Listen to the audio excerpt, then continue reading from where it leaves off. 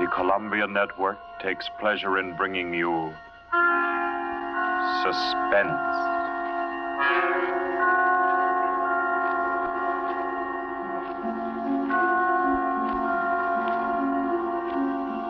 Suspense. Stories from the world's great literature of pure excitement. A new series frankly dedicated to your horrification and entertainment. Week by week, from the pick of new material, from the pages of best-selling novels, from the theater of Broadway and London, and the sound stages of Hollywood, will parade the most remarkable figures ever known. CBS gives you Suspense.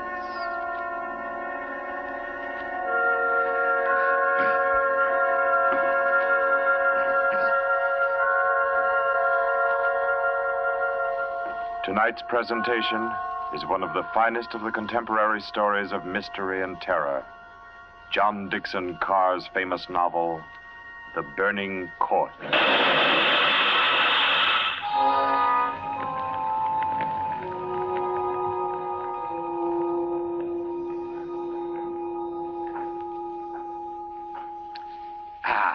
A glass of sherry by the fireside of a beautiful suburban home. What could be more comforting?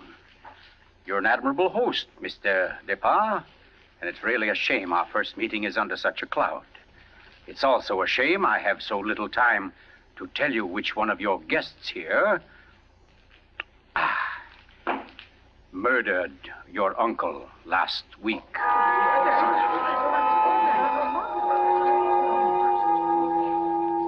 Now, let's see now. I believe we're all here. Your wife, your friend, Mr. Stevens, Captain Brennan. Yes, and incidentally yourself. Just who did you say you were? Well, no wonder you've had so much difficulty with the case, Captain. My name is Cross, Godin Cross, the writer. As a matter of fact, it's because of my just completed book, Poisoning Throughout the Ages, that I happen to be here now. And Ted Stevens there happens to be a member of the firm which publishes my work. I'd never seen him until tonight, but I've been told what happened. This afternoon, he began reading my manuscript for the first time on the train. The commuter's train, which every afternoon deposits him safely and soundly here in Crispin. I imagine he was halfway home by the time he finished the first chapter. Then he turned a page.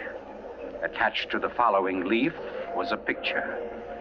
And looking at it, the young man stiffened suddenly and all but cried out his shock. It was a picture of a young woman, and under it had been printed, famous poisoner Marie Dobré, 1676. Ted Stevens was looking at a picture of his own wife.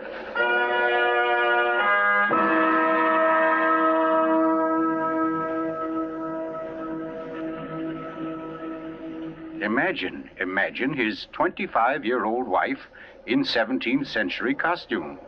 The face, the features, even a wistfulness of expression were identical. Even the name. Dobré was his wife's maiden name. But no, that was ridiculous. This woman in the picture was, well, one of his wife's ancestors. Yes, that was it. Simply an amazing family resemblance. Marie would be waiting for him at the station, and he'd have to tell her about it. He wondered why, however, she'd never told him about. Oh, well, but you don't discuss such an ancestor, do you?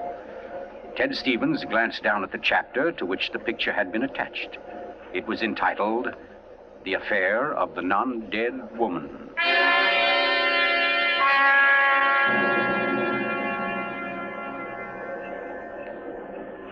Hello, Ted. Stevens was almost jolted from his seat. It was Dr. Weldon, professor of English at the college, an old friend of his. Quickly, he thrust the picture beneath the manuscript and moved over. Hi, I didn't see you, Doc. Oh, here, have a seat. Oh, I thought maybe you were giving me the, what do they call it? The brush off? Oh, no, say, as a matter of fact, Doc, you're the one man I do want to see. Yeah? Very flattering. Remember those discussions we used to have about murders? Better than bridge anytime. Well, I got the idea that you'd made sort of a hobby out of the old cases, the historical ones. Well, I've studied quite a number of them, yes. Ever hear of a woman named Marie Dobre. Marie Debray? Marie Debray. Oh, yes. That was her maiden name, of course. One of the finest specialists in arsenic poisoning you could ever hope to find.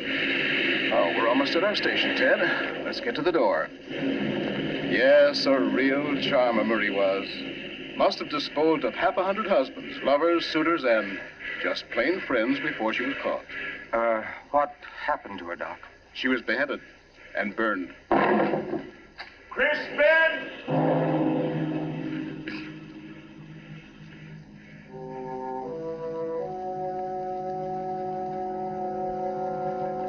Oh, absurd, laughable.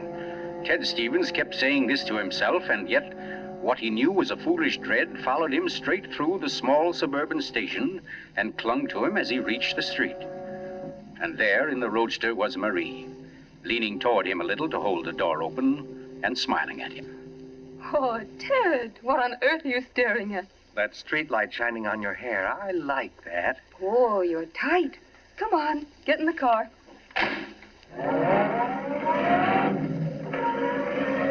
Then, like a wisp of smoke, it was gone. The whole ridiculous fear, the delusion.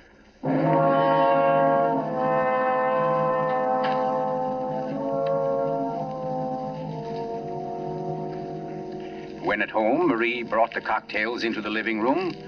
The logs were burning brightly in the fireplace, throwing a soft, dancing glow upon a room that was darkening with dusk.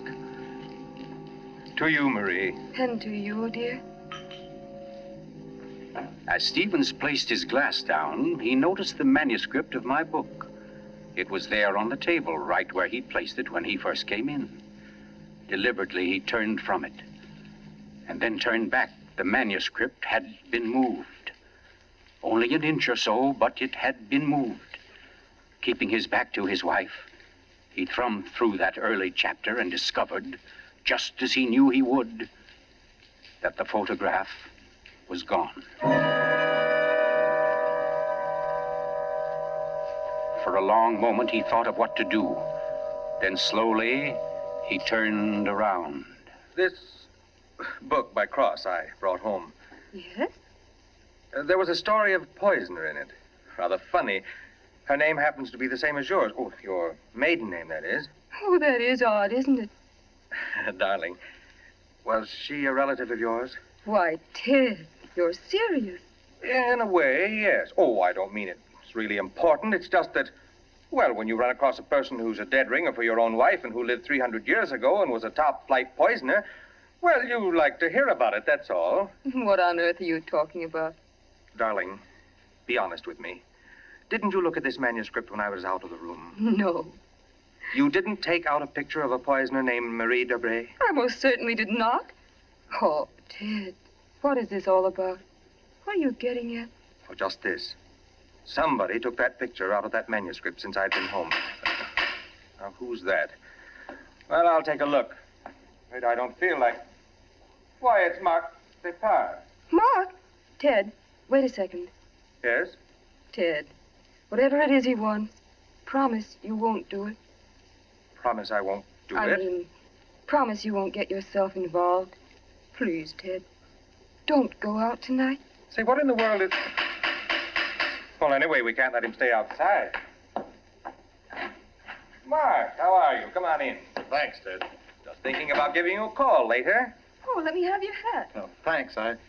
Marie, I hope you'll excuse me for popping in like this, but, well, I wanted to talk to Ted. It's rather important. Oh, I don't mind at all. Come on, Mark, we'll step into the library. Oh, you mind, dear? Of course not, Ted. I'll be making the sandwiches for her. Oh, grab that chair in the corner, Mark. Well, let's hear it. What's the trouble? Ted, my Uncle Miles was murdered. Murdered? Oh, the talk hasn't reached you yet, but it's already started. Nothing definite, of course, just that there was something wrong about Uncle Miles' death. But I don't... Mark, are you sure of this? You know he was murdered? I don't know. Of course I don't. I just don't see how it could be any other way. Uncle Miles, you know, had been sick for quite a while, but last Saturday he seemed so much better that Miss Corbett, that was his nurse, decided to take the day off. And, oh, you know all this. You and Marie were over that afternoon. Anyway, Lucy and I went to the club that night, to that masquerade party, and... we left the old boy completely alone. I've cursed myself 1,000 times since. But what about your housekeeper, Mrs., what's her name? Henderson. Wasn't she around? Oh, sure. In that little house out in back. We told her to look in now and then, but, well, that wasn't good enough. It was after midnight when Lucy and I got back. Uncle Miles was dying. Ted, it looked exactly like one of his regular attacks. But then later, after he was gone, I happened to glance under the chest of drawers in his room. There was a small silver cup under there, almost drained, and Uncle Miles' cat. The cat was still warm, but quite dead. Oh. I managed to get the cat out of the house and buried without anyone seeing me. Next day, I had the contents of the cup analyzed. It was poison? Yes. Arsenic. Well, what do you want me to do? Help me open the crypt. What? I want to have a private autopsy performed. Help me get Uncle Miles' body out of that vault. Oh, I know it's a tough job. The thing is sealed solid, but we can do it. You mean without the police knowing about it? Without anybody knowing about it.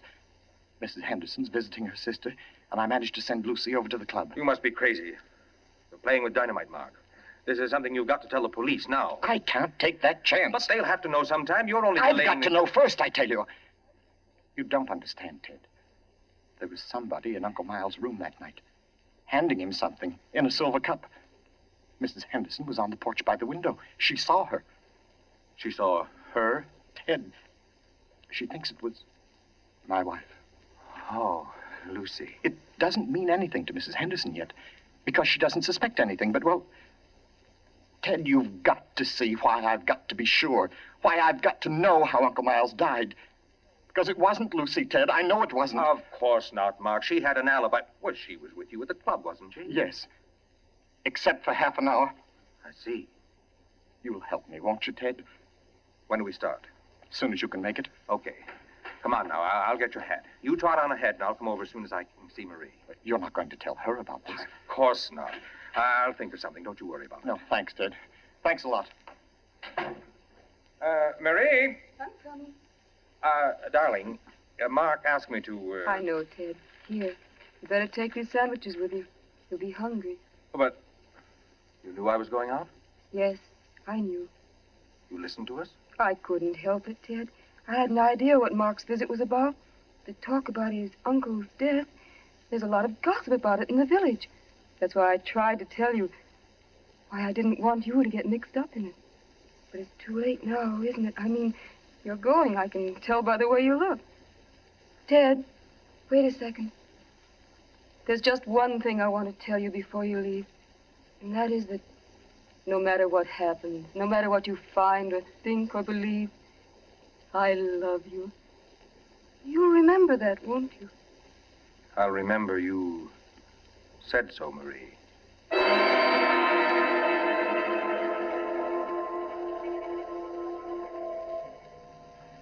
By the light of a dim kerosene lantern, Mark and Ted Stevens pounded their way through the thick shelf of rock that covered the Depar's ancestral tomb, pried open the great slab of stone which lay across the subterranean door, and then at last descended to the dank, ink-black chamber. They found the coffin. They dragged it from its crypt and placed it on the cold stone floor. They unclamped the lid and opened it. Mark, it's empty. What? That's impossible. It can't be. But it is, Mark. You know what this means? That body wasn't in this coffin when it was placed here. I'll swear it was, Ted. From the time that coffin was closed on Uncle Miles, somebody, the undertaker or Lucy or me, somebody was with it until it was buried. And the crypt was sealed right after. Then somebody beat us to it. Somebody's broken in here ahead of us. Broken in? Listen, Ted. Lucy and I have hardly left the house since the funeral. Do you think anybody could break in here, smash through that stone and cement without our seeing them or without our hearing them?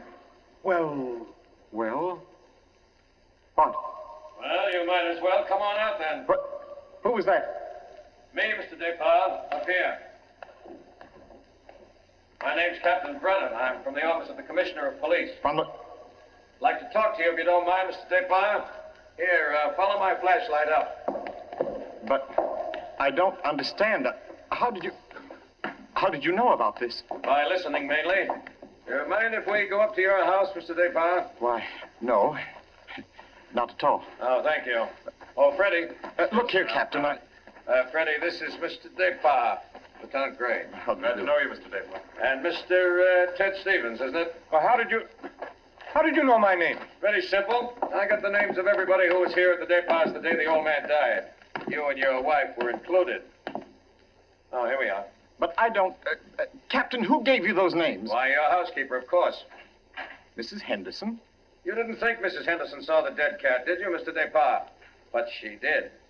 She also saw you bury it. And we've been interested in the case ever since. Well, nice place you have here, Mr. Despard. Now, let's see.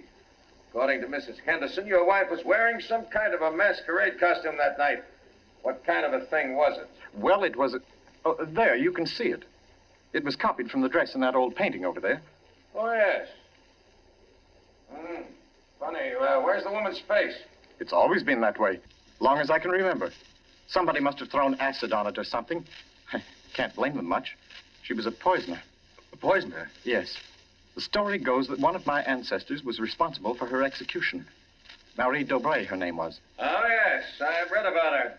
Learned all the poison tricks from one of her lovers, guy by the name of Godin Saint Croix. Godin Saint... Oh, yes, Mr. Stevens. We cops read now and then. Did you say Godin Saint Croix? That's French. We call it cross. Ha!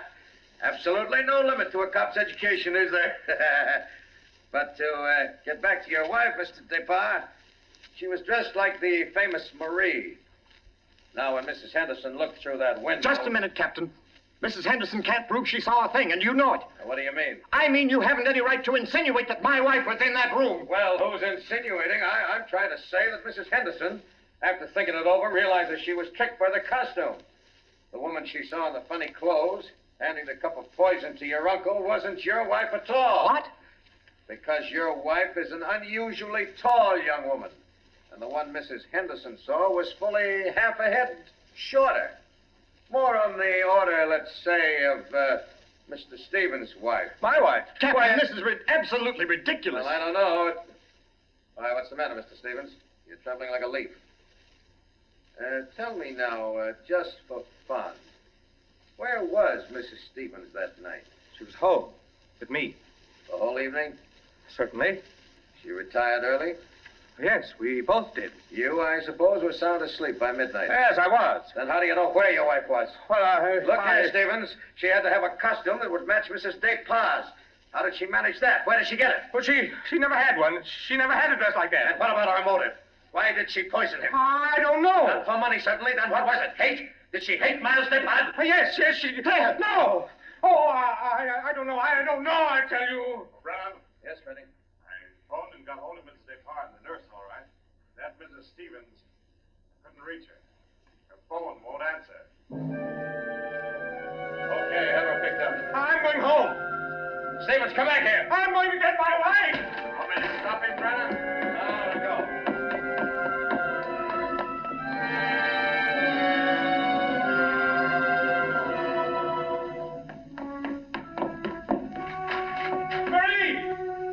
Marie, where are you? It's Ted. Marie, what have you done? Maria. Oh, Good evening. who are you? I? My name is Cross. Godin Cross. Cross. Where's my wife? What have you done to her? You fiend, what have you done to my wife? Why, nothing at all, young man. Here, sit down. You're lying. Something's happened to her. The police just phoned. There wasn't an answer. Why are you here? Why am I here? Well, because your wife, reading my chapter on the Dobrays, realized I knew more about the family than even she did. Because she found my phone number on the front cover of the manuscript. And because I know an exceptional case when I hear one. Does that answer your question? No, and you know it doesn't. Can't you see I've got to know whether... Yeah, I see. Whether your wife is that Marie Dobray, who was burnt. Burnt by order of the High Tribunal for all poison cases. The burning court of France. Witchcraft, black magic. The world across the threshold. You're quite sure, no doubt, also, that I'm Godin Saint Croix, who first wooed her. No, my boy. No, my real name happens to be, of all things, Tom Simpson. Most unsuitable for a distinguished writing career. And Marie Dobray is no more your wife's real name than mine is Gordon Cross. What? Your esteemed wife was an adopted child, Mr. Stevens, adopted by people in Canada named Dobray, remote members of the real family of poisoners. I can't believe it. Oh, why didn't she tell me? Why? Because until I told her half an hour ago, she didn't know it herself. You see, in the course of my research on the family, I found out about it. And in the course of talking with your wife, I found out something else. How for years she was haunted by the fear that she might be a poisoner by inheritance, by blood. And you can see, can't you, why she never talked about it, her Yes. past to you? Yes. And yet, Mr. Stevens, you had all but made her forget that past. You. And that's why she was willing to lie, to steal a picture, do anything, in order to hold you to her. Yes, I see that now. You know, young man, I rather think she loves you. But as you will see, though, she comes only when I call her. Mrs. Stevens? You mean she's... Yes, Mr. Cross. Marie, it's you. You're all right? Oh, yes, dear. We're both all right now, and nothing can change it, ever. Marie, listen. Don't say Marie, dear. Say Maggie. Maggie? Oh, that's my name, my real name. Maggie McTavish. And it's a lovely name, dear. The most beautiful, gorgeous... glamour- Darling, please. You don't understand. The police, they think you had something to do with Miles' death. They think I did. So, now, Mr. Stevens, before we go back to the Depas, don't you think you'd better tell me everything that's been said and done up to date? Having just saved your wife's soul from the burning court, now I'll wrest her body from the electric chair.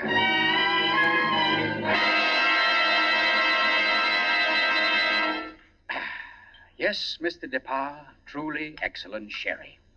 Don't you think so, Miss Corbett? Yes. Yes, it's very nice. Well, that, ladies and gentlemen, is how I happen to be here. So let us consider first that supernatural hocus pocus in the crypt. That body that walked out of the sealed tomb. That body that never was in the tomb. Never was in the tomb. No, Mr. Depas. The murderer knew that very soon Mrs. Henderson's story would bring about an investigation. He had to get rid of the well-known corpus delicti. Yes, but who could have kept the body out of the tomb? Who, Mr. Depas? Why, you, sir. What? I don't understand. Well, it's very simple. You had the opportunity. I believe you said yourself you were alone with the body before the burial. And you had the strength. I dare say you carried it down to the furnace, where it's now probably nothing but ashes. Ridiculous. Why would he spend an hour smashing into a crypt for a body he knew wasn't there? Why, Captain? To impress Mr. Stevens, his witness. And also, apparently, you. Oh, that's perfectly fantastic. Fantastic. Oh, no, Lucy. Just comic. And I suppose, Mr. Cross, that I also put on a woman's masquerade costume, went into my uncle's room and handed him a nice cup of arsenic. No. That had to be done by a woman. Your accomplice, as matter of fact. Oh, now, come. You mustn't all look at Mrs. Depas, because Mark Depas's one noble act was his frantic effort to prevent his wife from being charged with the crime. A crime which he and Nurse Myra Corbett committed. Myra Corbett? Why, you... Yes, sir. Yes, Mr. Stevens, this quiet little lady beside me. Why would I do such a thing? Money, Miss Corbett. A cutout of Mark Depas's inheritance. Payments for services rendered. That's an absolute lie, Cross. You see, ladies and gentlemen, Captain Brennan never bothered to check Miss Corbett's whereabouts on the night of the murder. Why even think of the nurse? She was the custodian of the old man's health. Oh, you're crazy. And yet who but a nurse could so naturally offer the old man a cup? A cup he was sure contained medicine. You're making it up. The whole thing, you're just And making it who up. but Miss Corbett, living right here in this house, would know what kind of masquerade dress she must copy, would know when Mrs. Henderson would pass the window that night, pass and see her, and accept her, she hoped, for Lucy Depas. No, that's not true. Oh, I didn't yes, do Miss it. Corbett. Yes, I Miss didn't Corbett, do that it. dress I tell was the you, touch I that didn't wrecked do you. it. That was your own idea, wasn't it? Not Mark's. You weren't content with a mere murderer's share of the profits. You wanted a wife's share, half of the whole estate. You wanted Lucy Depas convicted and out of the way for good. Well, I give you a toast, Miss Corbett, with Mr. Depas's excellent sherry, to a particularly ruthless poisoner. And yet, you know, on the whole, I'm rather partial to female poisoners. Why, only tonight I... Here,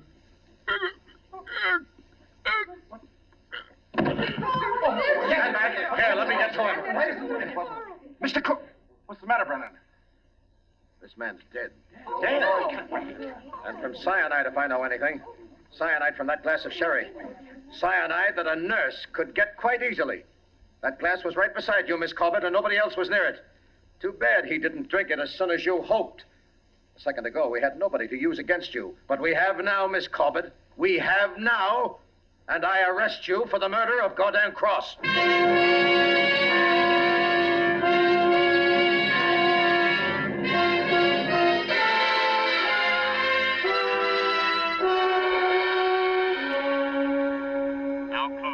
Months ago that the prominent author was murdered, and tonight Myra Corbett pays with her life for that crime. The former nurse, at first protesting her innocence, in recent Yes, weeks has grown... I'm in here, dear. Oh. Dear. I thought you might... Oh, what did you cut it off for? Huh? What do you mean? The radio. Oh.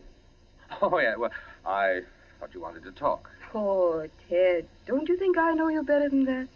What was on the radio? Well, there wasn't any... Okay. It was about Myra Corbett. She goes to the chair tonight. Oh. I didn't think you wanted to be reminded. I don't, really. But making such an effort to hide it only keeps it alive, doesn't it? All right, darling. Know what I came in to ask? If you wanted a cocktail before dinner? The largest one you've got. Fine. I'll get out the ice cube. I know. If I'll fix up the fire. Okay, Maria. A deal. Where are some papers to start it? Right there by the bookcase.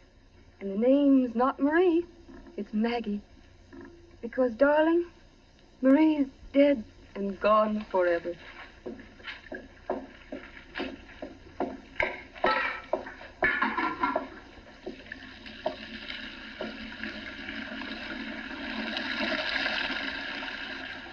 Oh, no, Marie. We're never dead.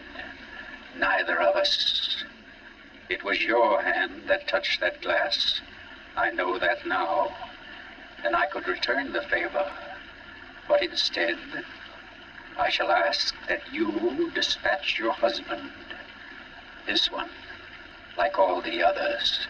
Now, just a little bit of poison in the drink, Marie. Any kind of a drink. What kind, Ted? Hmm? What kind of a cocktail shall we have? Oh,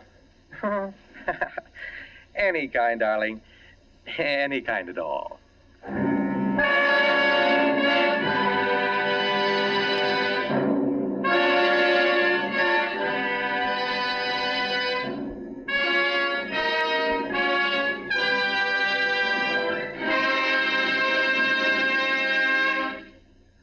You've just heard The Burning Court from John Dixon Carr's famous novel, the first in Columbia's new series of outstanding classics and chills by world-famous authors. Tonight's play, ladies and gentlemen, has one rather special significance we think you'd like to know about. As you perhaps have heard, every fine comedian is said to cherish a secret desire to do an abrupt about-face. He pines for the part of a blackguard. Well, tonight you witness the fulfillment of one such desire. The role of that literary and quite infamous diehard, Gordon Cross, was portrayed by none other than Hollywood's expert provoker of laughs, Charlie Ruggles, here in New York for the world premiere of his latest screen success, Friendly Enemies. The role of Marie, well, that was enacted by a young lady who long ago won national acclaim as one of Broadway's most accomplished dramatic actresses, Miss Julie Hayden. Thank you, Charlie Ruggles and Miss Julie Hayden, for your splendid performances. The play tonight, as all plays in this series, was produced and directed by Charles Vander, written by Harold Metford and scored by Bernard Herrmann. Next week, we bring you an intensely exciting and moving drama, The Life of Nellie James. This is the Columbia Broadcasting System.